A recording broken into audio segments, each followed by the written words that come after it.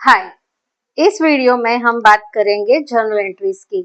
मतलब journal entries पहले मैंने आपको सिखा दी है, बट अब जैसे हम बुक में करेंगे, आप एग्जाम पेपर में कैसे करेंगे तो वो मैं आपको प्रॉपरली बुक में करके बताऊंगी, ताकि आपको एग्जाम के टाइम पे कोई भी कंफ्यूजन ना हो। क्योंकि बोर्ड पे क्या मैंने आपको एक एक एंट्री तो समझा दी, लेकिन पूरा सम जब आएगा, बहुत सारे डेट वाइज ट्रांजेक्शन्स आएंगे, तो उसको आपको कैसे लिखना है वो इस वीडियो में हम सीखेंगे। तो सबसे पहले मैंने ये जर्नल का फॉर्मेट बना दिया है। इसमें ये सबसे फर्स्ट कॉलम रहेगा डेट का, उसके बाद में ये सेकेंड वाला कॉलम रहेगा पर्टिकुलर्स, जहाँ पे हम एंट्री लिखेंगे। फिर जैसे मैंने बताया था ये लेजर फोलियो, मतलब पेज नंबर ऑफ लेजर। फिर यहाँ पे डेबिट अमाउंट लिखेंगे और नीचे रुपीज, यहाँ पे क्रेडिट अमाउंट और यहाँ पे रुपीज। ठीक है। अब जिसके भी बुक में ये एंट्रीज करनी है, यहाँ पे उसका नाम लिखेंगे कि journal entries in the books of mister, यहाँ पे अभी है मिस्टर नहीं है, नरेंद्र जनरल स्टोर्स है। मेरे पास जो सम है उसमें नरेंद्र जनरल स्टोर्स के बारे में एंट्रीज करनी है, तो उसका मैं क्वेश्चन का फोटो भी अपलोड कर दूंगी इसके साथ में, ताकि आपको ट्रांजैक्शन अगर आप भूल जाते हैं तो आप देख के उसको रिकलेक्ट कर सकते हैं। अब यहाँ पे डेट लिखना है, डेट वाइज ट्रांजैक्शन होता है। ये जर्नल जो है वो बुक ऑफ प्राइम एंट्री है, यानी सबसे पहले यहाँ पे एंट्री करनी है, यहाँ से लेजर में जाएगा।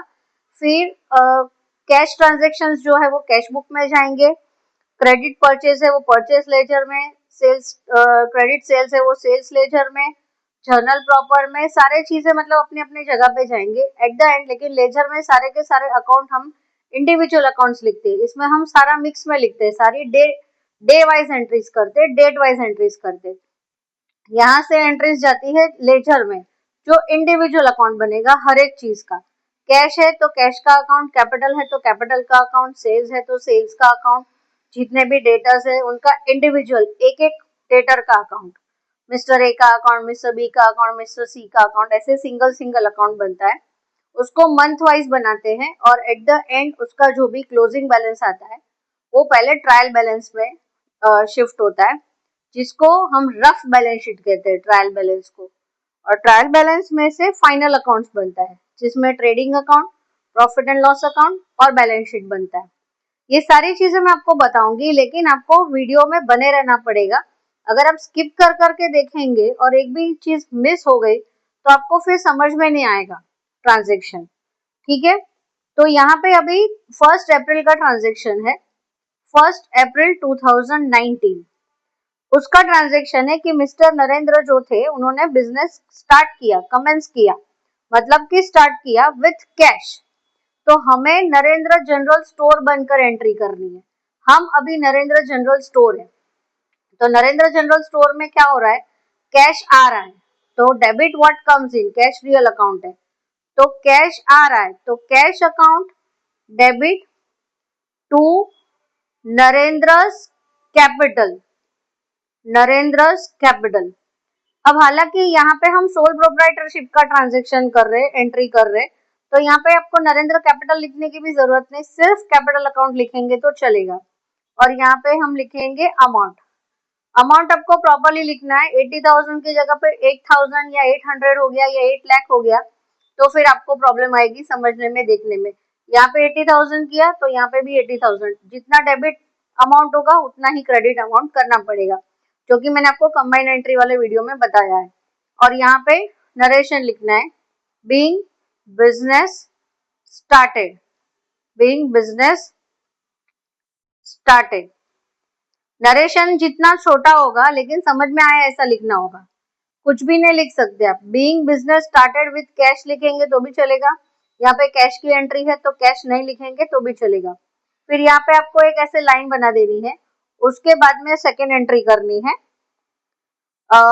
That is on 3 April purchase goods from Kiran on credit.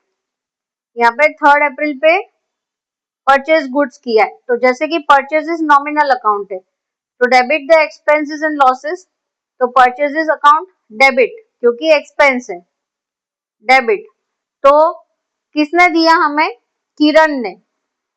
क्यों किरण को हम क्रेडिट कर रहे हैं? क्योंकि किरण ने हमें गुड्स दिए, तो Kiran is the giver. Kiran personal account है और किरण गिवर है, इसलिए क्रेडिट द गिवर, इसलिए किरण अकाउंट को हम क्रेडिट कर रहे हैं और उसका अमाउंट है 40,000। ओके, यहाँ पे भी नरेशन लिखना है, being goods purchase. On credit भी लिख सकते हैं और नहीं लिखेंगे तो भी पार्टी का नाम लिखा हुआ है तो it is to be understood कि पार्टी का मतलब क्रेडिटर का नाम लिखा है, तो यहाँ पे ऑन क्रेडिट नहीं लिखेंगे तो चलेगा। ओके, फिर यहाँ पे ऐसे एक लाइन ड्रॉ कर दो। उसके बाद में नेक्स्ट ट्रांजेक्शन है पेड रेंट। अब ये रेंट घर का नहीं हो सकता, वो ऑफिस का होगा, शॉप का होगा, जो भी चीज पे वो बिजनेस कर रहा है उस जगह का रेंट होगा तो ही यहाँ पे रेंट लिखेंगे। अगर उसने घर का रेंट भरा है तो यहाँ पे ड्रॉइंग्स अकाउंट आएगा। और रेंट जो कि नॉमिनल अकाउंट है, तो debit the expenses and losses, इसलिए डेबिट अकाउंट रेंट किया और पेड रेंट लिखा है। और यहाँ पे मोड ऑफ पेमेंट नहीं लिखा, मतलब कैश से किया है कि ऑनलाइन किया है, वो कुछ भी नहीं लिखा है। तो यहाँ पे हम लिखेंगे टू कैश। कितना पे किया है? 2,000। तो यहाँ पे देखो ये 10,000 वाला अमाउंट है, तो 10,000 के अमाउंट में के नीचे नहीं लिखना है, ये 1,000 वाले अमाउंट के नीचे लिखना है। ये मैं आपको स्पेसिफिकली क्यों बता रही हूँ, क्योंकि टोटल के टाइम पे फिर समझ में नहीं आता। आप एक अमाउंट इधर लिखेंगे, एक अमाउंट उधर लिखेंगे, मतलब ये 80,000 लिखा है तो उसके लाइन में ही ये 4 आना चाहिए, 10,000 का फिगर। फिर ये 2,000 है, 1,000 का फिगर है, तो वो 1,000 के लाइन में आना चाहिए। तो आपको क्योंकि कैलकुलेटर अलाउड नहीं है तो आपको टोटल करने में आसानी होगी अगर आपने प्रॉपर तरीके से लिखा है तो। ठीक है, बीइंग रेंट पेड, फिर यहाँ पे लाइन करके फिर next transaction, sold goods to mister Vikas on credit. तो यहाँ पे 10th अप्रैल सोल्ड गुड्स है और विकास को दिया है, तो अभी सेल्स जो है वो नॉमिनल अकाउंट है, तो credit the incomes and gains, तो टू सेल्स डेबिट होगा। ठीक है, सॉरी क्रेडिट होगा, टू सेल्स क्रेडिट हुआ क्योंकि credit the incomes and gains ये नॉमिनल अकाउंट है, तो उसका डेबिट क्या होगा? तो विकास। क्यों विकास? क्योंकि विकास इज द रिसीवर। किसका? गुड्स का। तो Vikas account debit add to sales because sales is nominal account and credit the incomes and gains, and Vikas is personal account so debit the receiver. Got it? 55,000। अब देखिए ये भी इसके नीचे आना चाहिए 55,000। देखिए ये 1,000 के नीचे ये 5 आना चाहिए और ये 10,000 का फिगर आना चाहिए। मतलब जब आप टोटल करेंगे तो आपको पता होना चाहिए कि ये 10,000 का फिगर है, ये 1,000 का फिगर है, ये 1,000 के फिगर के नीचे 1,000 का फिगर है। नहीं तो 100 का फिगर आप 1,000 की जगह पे लिख दोगे तो आपको ही टोटल करने में प्रॉब्लम होगा। Being goods sold on credit. Okay, समझ में आ रहा है? ये सिंपल एंट्रीज है, सिंगल एक डेबिट का एक क्रेडिट है, हर एक का देखिए एक एक ही है, इसमें कंबाइन नहीं है। अभी नेक्स्ट एंट्री जो आएगी वो कंबाइंड एंट्री है 15th ऑफ अप्रैल की। इसमें क्या है? Purchase furniture worth rupees of 30,000 at GST 18%। अब मैं आपको ये पेज पे जीएसटी कैलकुलेशन सिखा रही हूँ। 30,000 का फर्नीचर है, उसके ऊपर 18% जीएसटी लगाया है, तो सबसे पहले आप 18% कैसे निकालते हैं? तो देखो यहाँ पे ये 2 जीरो कट हो जाएंगे, परसेंटेज निकालना है, स्कूल का याद करना है। अब 18 3 जा 54 और यहाँ पे 2 जीरोस बचे, यानी 5,400 टोटल जीएसटी आया। अब ये पूरा का पूरा जीएसटी जो है वो हम डिवाइड कर देंगे हाफ हाफ में। क्यों? क्योंकि 18% टोटल जीएसटी है जिसमें 9% सेंट्रल गवर्नमेंट को जाएगा और 9% स्टेट गवर्नमेंट को जाएगा। ओके, तो यहाँ पे 2,700 मतलब 5,400 का आधा 2,700 होता है, तो 2,700 जो है वो सेंट्रल गवर्नमेंट को जाएगा और 2700 जो है वो स्टेट गवर्नमेंट को जाएगा। तो इसको हम CGST बोलेंगे और इसको हम SGST बोलेंगे, central goods and service tax, state goods and service tax. Okay, C for central, S for state. तो इस तरह से आपको जो भी GST का परसेंटेज दिया है उसके दो हिस्से करने हैं और उस तरह से आपको एंट्री करनी है। अब यहाँ पे हमने फर्नीचर खरीदा है, यानी फर्नीचर आ रहा है, फर्नीचर रियल अकाउंट है, तो फर्नीचर इज कमिंग इन, तो डेबिट व्हाट कम्स इन, तो फर्नीचर अकाउंट डेबिट। अब हमने GST पे किया है और GST नॉमिनल अकाउंट है, तो debit the expenses and losses. तो हमने कितना, ये इनपुट CGST है। क्यों इनपुट CGST? क्योंकि हमने फर्नीचर खरीदा है, मतलब फर्नीचर आ रहा है, डेबिट व्हाट कम्स इन, इसलिए ये इनपुट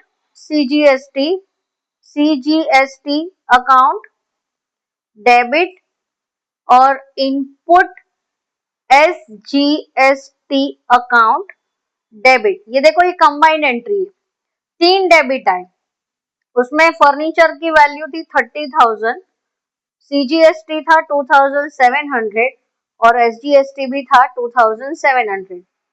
अब इसका हमने क्रेडिट पे नहीं, क्रेडिट पे नहीं खरीदा है, मतलब कुछ दिया नहीं, मतलब पेमेंट कर दिया है, तो यहाँ पे हम लिखेंगे टू कैश अकाउंट। ओके, मतलब पूरा हमने पेमेंट कर दिया है। अब ये पूरा जिसका टोटल होगा, जैसे ये 5400 था, तो 35,400 का हमने पेमेंट टोटल किया, तो ये 3 डेबिट का एक क्रेडिट आया। देखो नाम में 3 डेबिट है, अकाउंट 3 है, लेकिन तीनों का टोटल डेबिट अमाउंट जितना है उतना ही क्रेडिट अमाउंट हमने पे किया है। तो बीइंग फर्नीचर परचेज्ड